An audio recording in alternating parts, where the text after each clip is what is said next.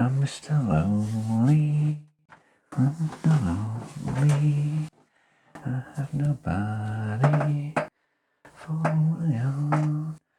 Oh, I woke up in the middle of the night and noticed what was about my son.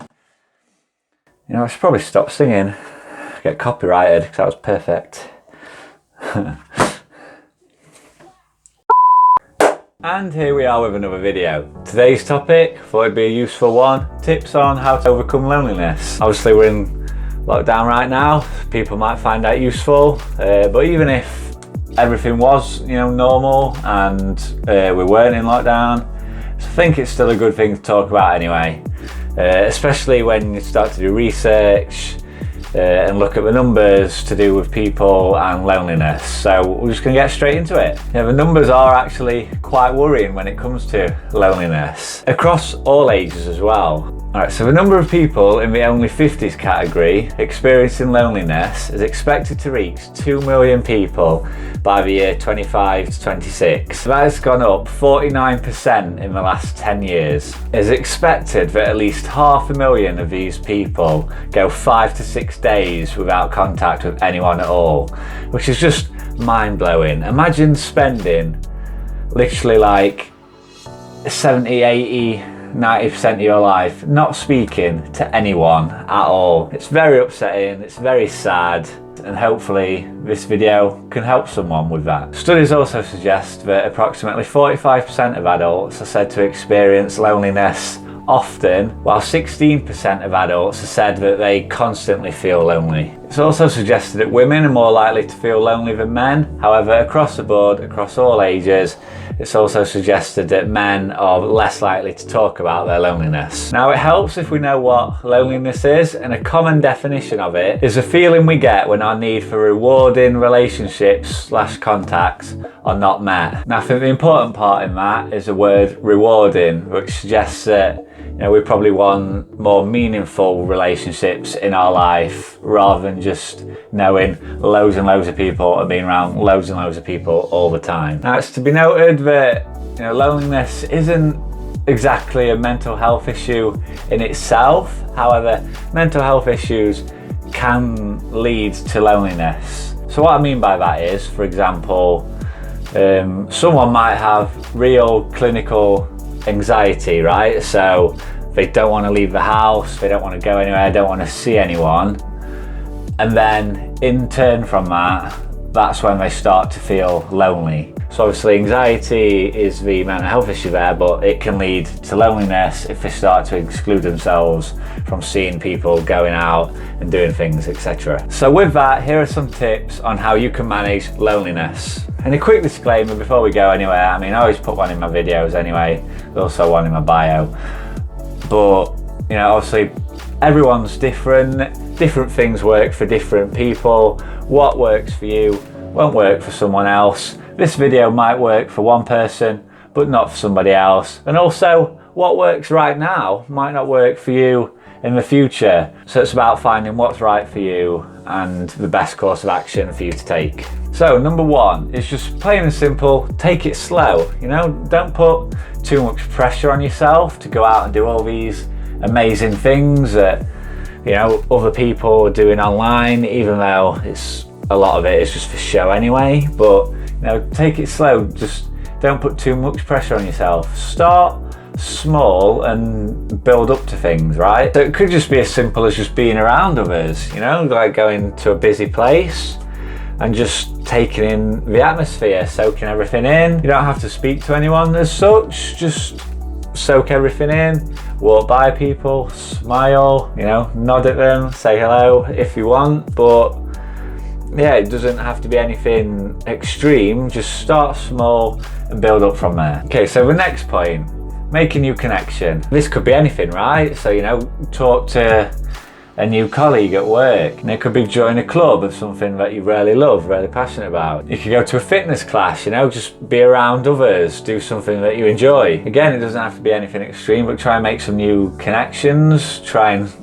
potentially start something new or speak to someone new, see where things go. You might end up really enjoying yourself. So there are examples of things you could do, out there in the real world, so to speak. Well, there's also things you can do from inside your house. Start a conversation with someone, text message someone. We've got things like Zoom and Skype and Microsoft Teams calls now, There's plenty of ways to connect with someone from the comfort of your own home if you don't feel comfortable going out into big crowds or meeting loads of people face to face right now. And these are all free things as well. So you've got all your social media things like Facebook Messenger and Snapchat and Instagram. It takes a minute or two, if that, just to send a quick message to someone and start a conversation. So that's a great way to overcome loneliness. Just reach out to your loved ones, just send a quick text.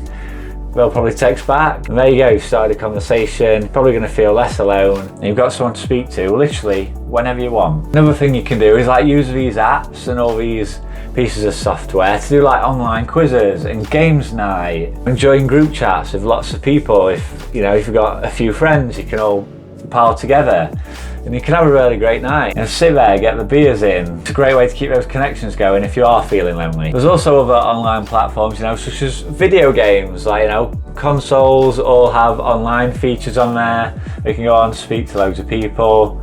I think COD Warzone, an example, that's completely free to play online. Speak to people on there, get loads of people in a game, and off you go. Okay, so the third point is just plain and simple. Try and clear your mind, which sounds, really basic, really obvious, but the world's a busy place. Our heads are a busy place at times, and it's really important sometimes just to take that step back and just try and relax and just, take some me time. Things like meditation, yoga, create a stretching routine just to relax a bit. It'll help with those things.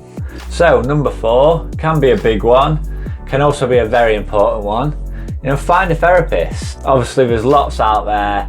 There is a high demand, so it's not as simple as just being able to find one just like that. Often you do have to wait, but if you really need that person to speak to and you don't have that person in your life, then a therapist can be a great way to help with that.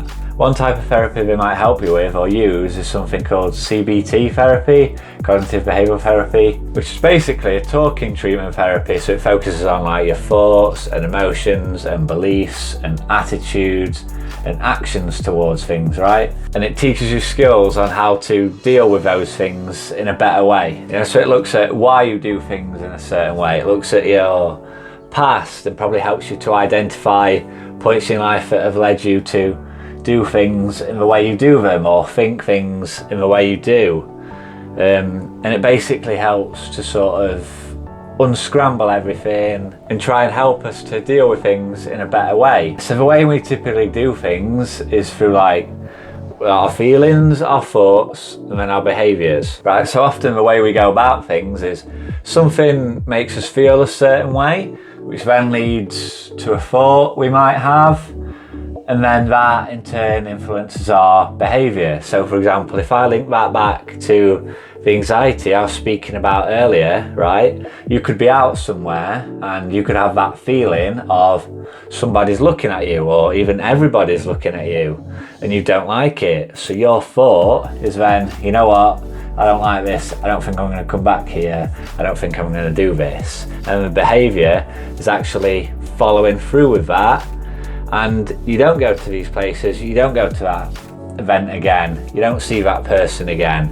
And then that could potentially, in this case, lead to loneliness. And that cycle will just go round and round. So CBT can be a way of sort of breaking that cycle, helping you to see things in a different way, and potentially help with any negative feelings of loneliness you might have. Obviously there are loads of other therapies out there. That was just one example. There are pros and cons to everything. I'm sure someone watching this will probably be able to pick out a few flaws. I mean, I know them, I'm not really going to get into it, but like I said, that's just one example of a way therapy could help you if you weren't sure how it could help you. That's a point 5. Get creative, right? Learn a new skill, develop a new hobby. If you're feeling like you're on your own a lot and you're just sort of left to your own devices and your own thoughts inside your head, and try and keep busy. Like, there's so many online courses out there, so many things to do. Just start looking around and see what's out there. As I said, you could do an online course. There's literally online courses on anything these days.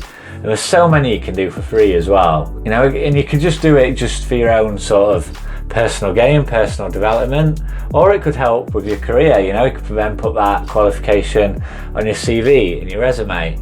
And someone might see that and be like, yeah, this person's willing to work in their own time, willing to learn a new skill, willing to learn. It can really help in things taking off of you. Also, this platform we're on right now, YouTube. You can learn pretty much anything on YouTube these days. There's experts out there making videos on pretty much anything. Like, literally, on our phones, on our laptops, we have infinite information on anything and everything. Like, imagine hundreds and hundreds of years ago, someone coming up to you and saying, right, in a few years you're going to have this device that you can hold in your hand with literally all the information that we have ever gathered, ever, and you've got that at your fingertips and you can just learn all of it. Like, how amazing is that? So there's so much to look into if you really wanted.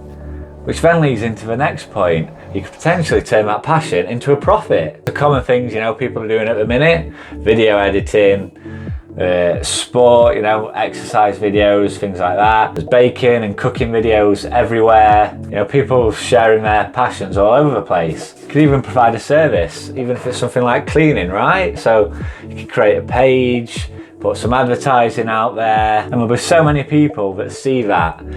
And something that you just do in your everyday life could actually make you a lot of money. There's also, again, so much free software out there, so many free tools out there to really get you started. Like this I'm doing now. I'm using free editing software on my laptop, didn't have to pay a thing.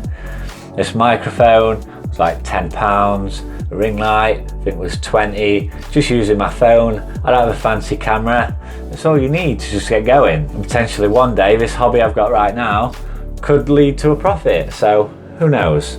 Okay, the next point. So try and achieve some goals, right? Whether it's a fitness-based goal, or even if it's something as simple as like what I said in point 1, right?